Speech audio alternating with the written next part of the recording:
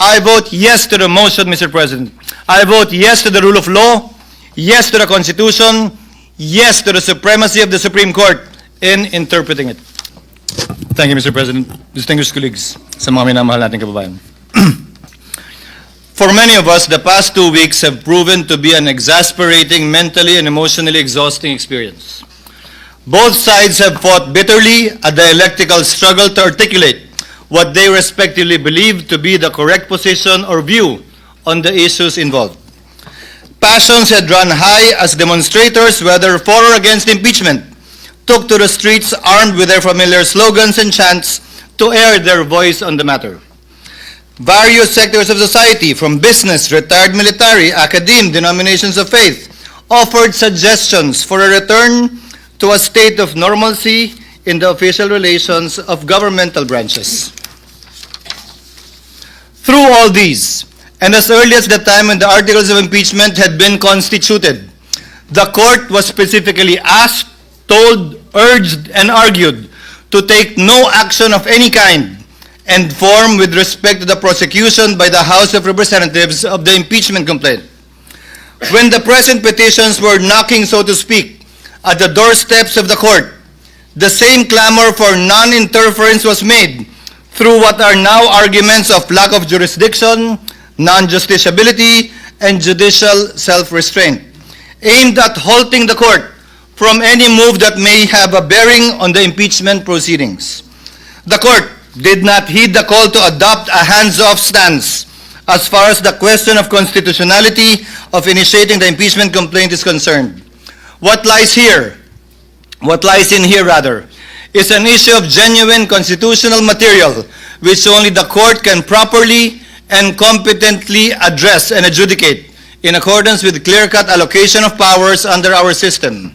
The claim, therefore, that the court, by judicially entangling itself with the process of impeachment, has effectively set up a regime of judicial supremacy is patently without basis in fact and in law, because it is not at all the business of the court to assert dominance, judicial dominance, over the other two great branches of government. Rather, the raison d'etre of the judiciary is to complement the discharge by the executive and legislative of their own powers to bring about ultimately the beneficent effects of having founded and ordered our society upon the rule of law. Mr. President, distinguished colleagues, the institution that is the Supreme Court, together with all other courts, has long held and been entrusted with the judicial power to resolve conflicting legal rights regardless of the personalities involved in their suits or actions. The court has dispensed justice over the course of time, unaffected by whomsoever stood to benefit or suffer therefrom, unafraid by whatever imputations or speculations could be made to it, so long as it rendered judgment according to the law and the facts. No one is above the law or the Constitution. This is a basic precept in any legal system which recognizes equality of all men before the law as essential to the law's moral authority and that of its agents to secure respect for and obedience to its commands. Perhaps there is no other government branch or instrumentality that is most zealous in protecting that principle of legal equality other than the Supreme Court, which has discerned in its meaning and ramifications through its application of numerous cases, especially the high-profile kind in the annals of jurisprudence. The Filipino nation and its democratic institutions have no doubt been put to a test once again by this impeachment case. Accordingly, the court resorted to no other than the Constitution in search for a solution to what many feared would ripen to a crisis in government. Sa muli, magandang gabi po sa ating lahat. Hindi ko po salita mga sinambit ko na ilang minuto.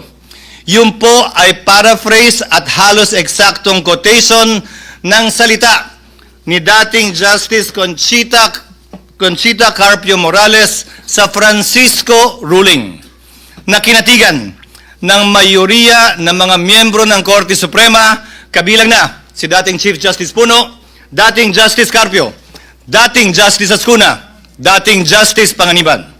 Ano nga ba itong Francisco ruling na pinag-uusapan natin ito? Ano nga ba ang pinagkaiba nito sa kasalukuyan nating hinaharap? At bakit ko ba ito tinatanong? Ginoong Pangulo, bahagi ako ng Kongresong nagtangka na i-impeach si dating Chief Justice Davide. Bakit ko sinabing tangka? Dahil pinigilan po kami ng Korte Suprema. In-enjoin at nag-issue ng TRO ang Korte Suprema at ito yung desisyong yun. Francisco, case na palaging sinasite po natin. Ano bang pinagkapareho? Ang aligasyon laban sa nasasakdal noon na si Chief Justice Davide, kaugnay din ng corruption. Daang milyon din. Ang pinag-usapan, initiation of impeachment na dapat sole prerogative din ng Kamara. Ang pinag-usapan, ano bang definisyon ng initiation na dapat sole jurisdiction din ng Kamara? Ang tanong ko po ay simple. Noong mga panahong yun, nasaan po lahat na nagre-reklamo ngayon at nagko-question sa desisyon ng Korte Suprema? Yung mga maestradong nagko-question ngayon na retirado na, bumoto sila pabor doon. Subalit ngayon, tila nag-iba ang posisyon. Ano nga ba ang pinagkaiba kung meron man? Klaro ang pinagkaiba. Iba ang pangalan ng nasasakdal. Today, Mr. President, distinguished colleagues, the very supremacy of the Supreme Court is being called into question, and with it, the very foundation of the rule of law. As Senate President and as a member of this chamber and as a member of the bar, I will not sit idly by and allow this. At stake is the very idea that justice should be governed by laws that apply to all, equally to all, rather than the whims and caprices of public opinion. As Justice Frankfurter once said, if one man can be allowed to determine for himself what is law, every man can. That means first chaos, then tyranny. Legal process is an essential part of democratic process. Whether it's a mob or a minority, bias and prejudice blinds, divides, and destroys. Former U.S. Supreme Court Justice Sandra Day O'Connor also said it best. The law provides necessary continuity amidst our constantly shifting political landscape. It guarantees everyone will be treated equally, whether they are in today's or yesterday's majority, so they know what to expect, whether what they do is popular or unpopular at that time. The courts, Mr. President, with the Supreme Court at the helm, are the guardians of the rule of law, making sure everyone plays by the same rules and receives equal justice.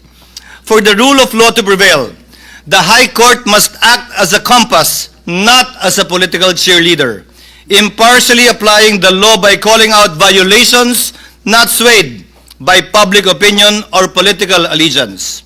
Respect for the rule of law, Mr. President, requires all of us to adhere to final or immediately executory decisions of the court, even when there is a winner and a loser, to avoid deadlocks and maintain legal order.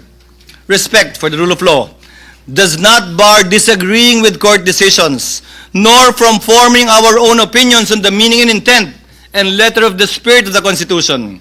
However, we must also have the humility to accept when we are wrong once the Supreme Court has already decided. Respecting the court only when you win or when it aligns with your belief is not respect for me. It is plain arrogance or if at all, a power play. Cherry-picking court rulings destroys the judiciary's purpose.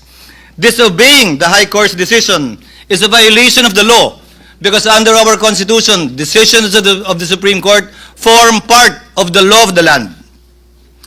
I made these remarks, Mr. President, amidst recent calls for this august body to disregard the Supreme Court's recent ruling in Duterte v. HOR. These calls for judicial disobedience have been aided and abetted by so-called legal luminaries and experts who fancy their wisdom and knowledge of the Constitution as better, higher, more supreme than that of the Supreme Court. Miyembro po ba sila ng Supremist Court? Miyembro po ba sila ng Super Supreme Court? Sa pagkakaalam ko po, iisa lamang ang Korte Suprema. At ayon sa ating konstitusyon, Korte Suprema ang bukod tanging pwedeng makapagsabi kung ano ang kahulugan ng ating saligang batas. Walang iba. Allow me to demonstrate, for example, Mr. President, the legal gymnastics these people have been undertaking. In the past, and I have borne the brunt of this, sabi nila, forthwith ang sinabi sa Senado, ibig sabihin yan agad-agad. despite the rulings of the Supreme Court that say it is within a reasonable time. Pero doon na tayo sa agad-agad. Sabi ng rules ng House, dapat i-refer ng SecGen immediately sa Speaker. 2 buwan bago niya ginawa yon. Oh, okay lang sa kanila. Hindi naman sila nagreklamo. Immediately po ang gamit, ha? Hindi forthwith. Sabi naman ngayon ng Korte Suprema, immediately executory. Ay, teka lang. Hintayin muna natin. Hindi pa final. Kapag ka convenienteng gamitin yung mga salita pabor sa posisyon nila, edi okay lang. Kapag ka hindi naman, ay hindi rin. Hindi po ganun dapat yon. Hinihiling nila ngayon sa Senado na ipagpaliban muna ang anumang aksyon para intayin ang anumang desisyon ito kaugnay sa motion for reconsideration na inihain ng Kamara sa Korte Suprema. Subalit tulad ng naipaliwanag na kanina, kaugnay ng motion na pinagbobotohan natin ngayon, kung magbago man ang Korte Suprema sa kanilang desisyon na unanimous noong July 25, 2025, meron pong paraan at proseso pa ang Senado para sundin ang bagong desisyon yan ng Korte Suprema kung sakasakaling mangyayari po yan. In the past, it was also said, nauna nagsalita si Senator Boto, bawal daw at walang karapatan mag-motion ang sinumang Senator Judge. Dahil trabaho daw ng depensa yon. Eh bakit yung mga parehong tao yung pinag-uusapan? Dapat maghain tayo ng motion for reconsideration. Hindi ba trabaho din ng prosecution yon? Hindi naman po pwede na pwede lang pag kayo, hindi na pwede pag iba. Now the prosecution has actually filed a motion for reconsideration, and rightfully so, and not by this chamber. Noon kapag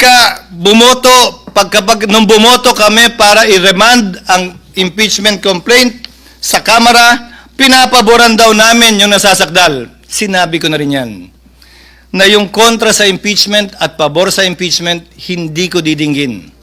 Na yung kontra at pabor kay Vice President Sara Duterte, hindi ko didinggin. Dahil may rason kung bakit babaeng nakapiring ang mata ang simbolo ng ating hustisya na humahawak ng espada sa kabilang kamay at panimbang sa kabilang kamay. Dahil wala po dapat kinikilala ang hustisya na personalidad. Sino man ang nasasakdal, dapat pareho lamang po ang ating mga magiging desisyon. Sabi din nila, will of the people daw ito. Eh, sino ba si people? Balikan po natin ang naging desisyon ng Korte Suprema. Ayon sa desisyon ng Korte Suprema sa panunulat ni Justice Malcolm sa Alejandrino versus Manuel Quezon, pinag-aaralan po ito ng mga first-year law students. Quote, the judiciary, under its powers to interpret the Constitution and the laws, has the duty and the right to declare what the will of the people is as expressed in the fundamental law of the land. Hence, where the acts of the executive or legislative departments violate the will of the people as expressed in the organic law of the land, it is the sworn duty of the judiciary to interpret and to declare that will of the people and the right of the citizen has been violated and or transgressed. Allow me to answer a few more, Mr. President, Your Honor. As I stated earlier, sabi ng ilan, hintayin natin na ma-resolve ang motion for reconsideration. Pero dun sa parehong araw na naghain ng motion for reconsideration ng Kamara, nagsalita ang tagapagsalita ng Korte Suprema at sinabing immediately executory pa rin ang desisyon. Sinahit ko rin kanina ang Section 1, Rule 16, AM number 10-4-20 ng Supreme Court na nagsasabi na ang resolusyon ay magiging executory lamang kapag ka ito'y nagkaroon ng entry of judgment maliban na lang kung sinabi sa desisyon na ito'y immediately executory na siyang nangyari sa kasong ito. Binanggit din kanina ni Senator Cayetano ang Section 4, Rule 39 ng Rules of Court na nagsasabi na immediately executory na mga desisyon ay hindi kailangan maghintay na maresolbahan anumang apela o motion for reconsideration na nakabinbin. Ginagamit din ang operative fact doctrine.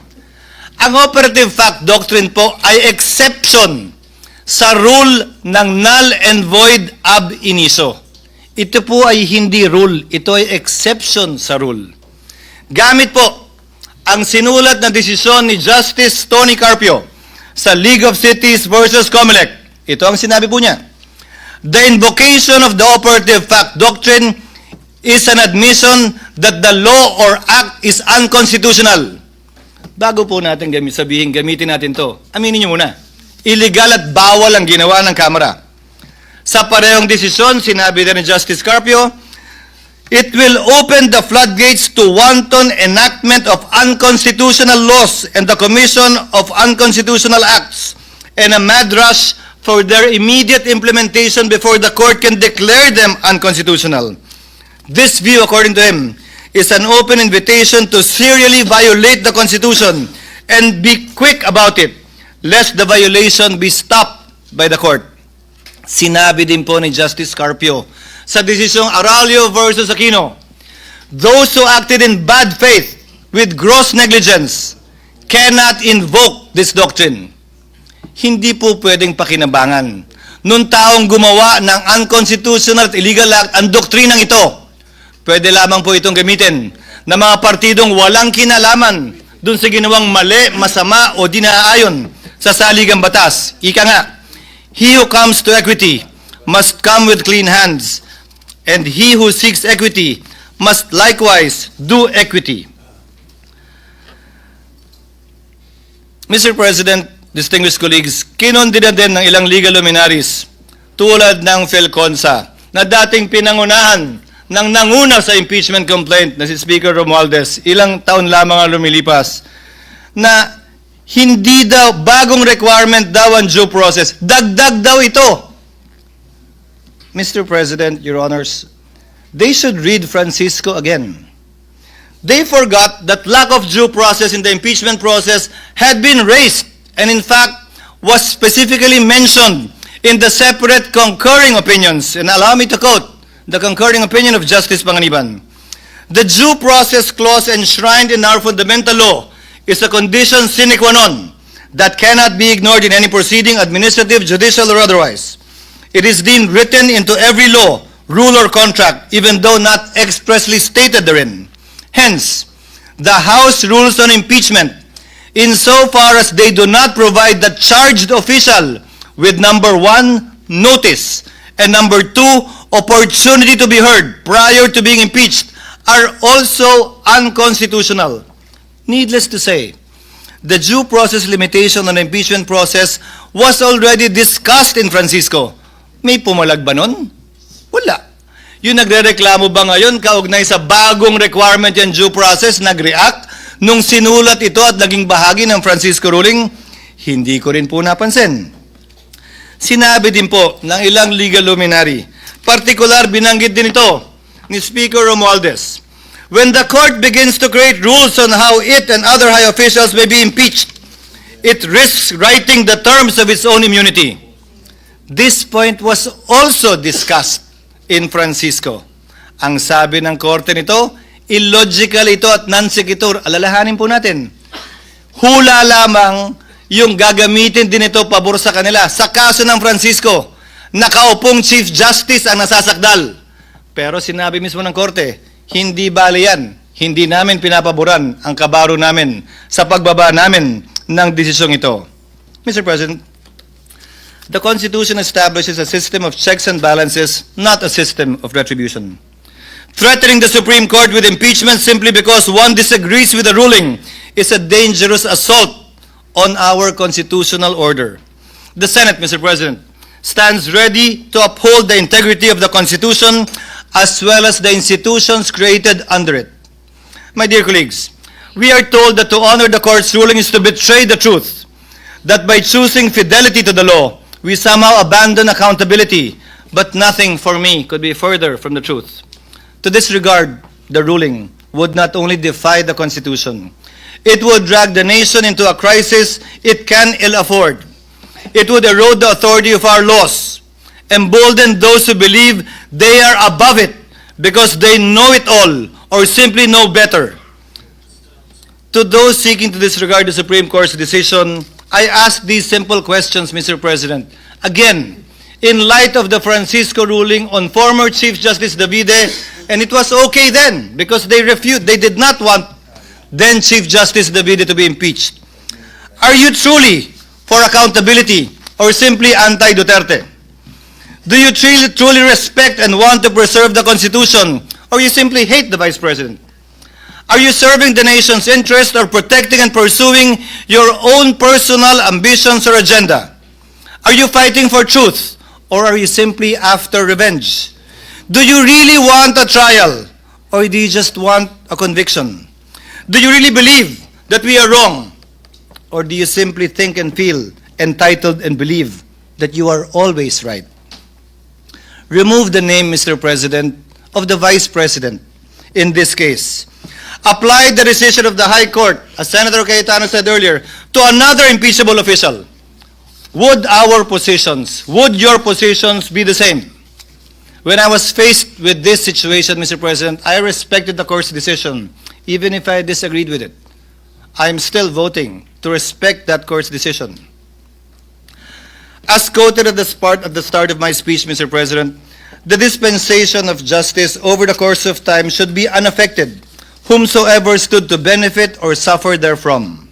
The courts should be unafraid of whatever imputations or speculations could be made against it by those disagreeing.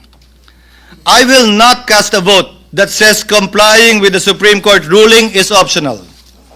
Anyone who will say, I will respect the Supreme Court today and condemn it tomorrow, is not showing fidelity to the Constitution.